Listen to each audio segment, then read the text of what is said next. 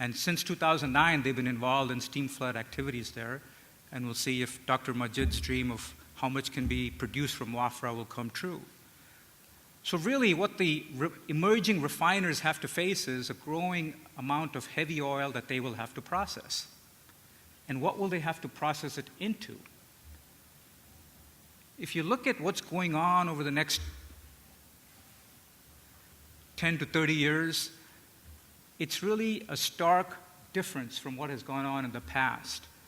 And Mr. Ismail talked about this earlier. The gasoline market in the US and Europe is really shrinking. Although overall there's a slight growth in the marketplace, the gasoline and naphtha is declining, really, or it's a very, very nominal growth. The same can be said about fuel oil, resid. Very marginal growth, if not negative. The only transportation fuel, if you will, that has any sort of robust growth is in the mid-distillate area. Gasoline, kero, jet, diesel, those are the ones that are growing. So the emerging refiners will have to process this heavy oil and predominantly make it into diesel if they want to make it into a transportation fuel. So how does this manifest itself regionally? Well, the deficit in diesel or distillate fuels, the global deficit is really all in the Asia-Pacific region. We talked about India and China. And here's the opportunity for the Gulf refiners. They can supply that need because it's there. The other big thing that's happening in the global market is, of course, the environmental specifications, the product specifications. And if you look at what's going on in the transportation fuels, in gasoline and diesel, the demands are not growing that much, but on top of that, in every region, by the time you get to 2030, gasoline, diesel, everything is down to really low, ultra-low sulfur levels. Even in resid fuels or fuel oil, the International Maritime Organization has really mandated that bunker fuels, which has a slight growth through this period, has to be down to 0.5% sulfur. And in some areas called emission control areas, it has to be down to 0.1% sulfur. So what is the challenge for the refiners? They have to process heavy crude, they have to make diesel, and they have to make it very clean and pristine. The other opportunity that's there for refiners going forward is to invest in products that are niche products. Again, Mr. Ismail talked a lot about how KPI is investing in petrochemical projects. So petrochemicals is an area that offers a diversification for the refiners. The other major area is lubricant base oils. And over history, you can see that base oils always has a margin relative to transportation fuels, even to diesel. But on top of that, what is really remarkable is even though the overall base oil demand doesn't grow much, what is growing at an exceptional pace is the demand for premium base oils. And we'll define that a little bit later, but premium base oils, which is really driven by the same factors that are driving, say, engine efficiencies higher and fuel standards lower, also drives the need for lubricants that are efficient and don't have much emissions. And so that drives the need for premium lubricant base oils. So in totality, what do these emerging trends tell us? That simple refineries are simply disappearing. You hear about that. I talked about some headlines along those lines, especially in North America.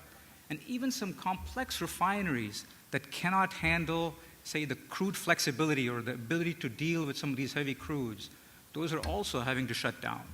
And as Mr. Ismail said, they're creating opportunities for others.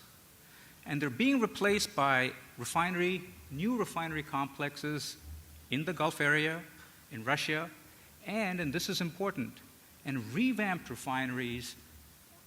Wherever a revamped refinery can make use of the latest technology and invest in latest catalysts, they can survive.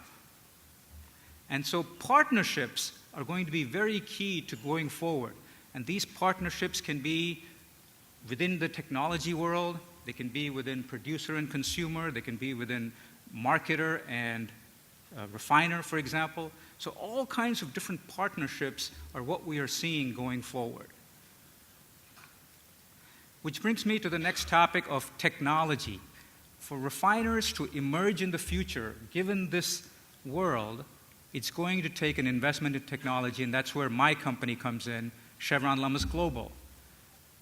In accordance with the theme, it also is a partnership. It's a partnership between Chevron, who is a refiner, an operator, an oil producer, but also a technology provider, and CBI Lummus Technology, who is also a technology provider, but mainly it's an engineering and construction company. So between the two of us, we form Chevron Lummus Global, and what it is that we do, we market hydroprocessing technologies. And I call hydroprocessing the technology bridge. It is the bridge that's going to allow the refineries of the future to not only thrive, but survive. And why do I say that? I won't go through the detail of this chart, but look at everything that hydroprocessing offers. If you go to the very bottom of the barrel, you have technologies called, say, LC fining. You want to destroy residuum. As I pointed out, the demand for residuum is going down, so you need to destroy residuum. You need to be able to handle very, very difficult crudes, and you need to be able to convert them to diesel. Well, that's what LC fining does. You go up a little bit in the barrel to the RDS, VRDS platform. And here, again, you destroy some resid, you can get about 50% conversion of resid, and you can make feedstocks for RFCCs for petrochemical units. All the units that Mr. Hussain talked about in Vietnam, in Balonga, in Indonesia, in China, all of those are integrated refinery petrochemical complexes. All of those use the RDS, VRDS platform. It's very important hydroprocessing technology. You go up a little bit in the barrel to hydrocracking. There's no other technology that can take dirty feeds and convert them into clean, pristine transportation fuels. Not only that, but hydrocracking makes feedstocks for petrochemicals. You can go to ethylene crackers, or you make feedstocks for lubricant base oils. Again, this is what we talked about, being diversified and having products that you can go to in addition to transportation fuels. And then you go to the very top of the barrel, and you have the hydrotreating technologies that basically clean up all the transportation fuels. So how does hydroprocessing fit in an emerging refinery? Well, you're able to meet all your product quality specifications that I showed you earlier on transportation fuels.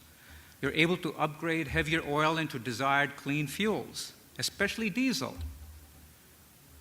You're also, with some of these technologies, and you see this in Canada a lot, where you can put upgraders close to the producing fields, and you can make a synthetic crude and send it on to refineries. Hydroprocessing allows you to upgrade right at the field.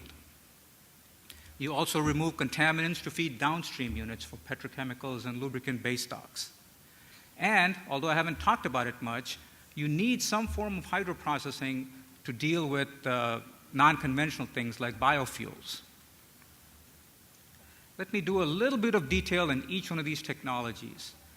I talked about LC fining, but what it is there's a technology for getting maybe 70% conversion of residuum, and you can make diesel boiling range materials. That's what LC fining does. The other key thing about technology is one has to keep innovating. You cannot stand still with technology, and refiners cannot stand still with the old technologies that they have. So even in a technology like LC fining that has been around for decades, there are new developments. For example, we've developed this concept called LC Max, which can push conversion, residuum conversion, up to, say, 85%, and also reduce the stress on downstream equipment by removing asphaltenes before you get there.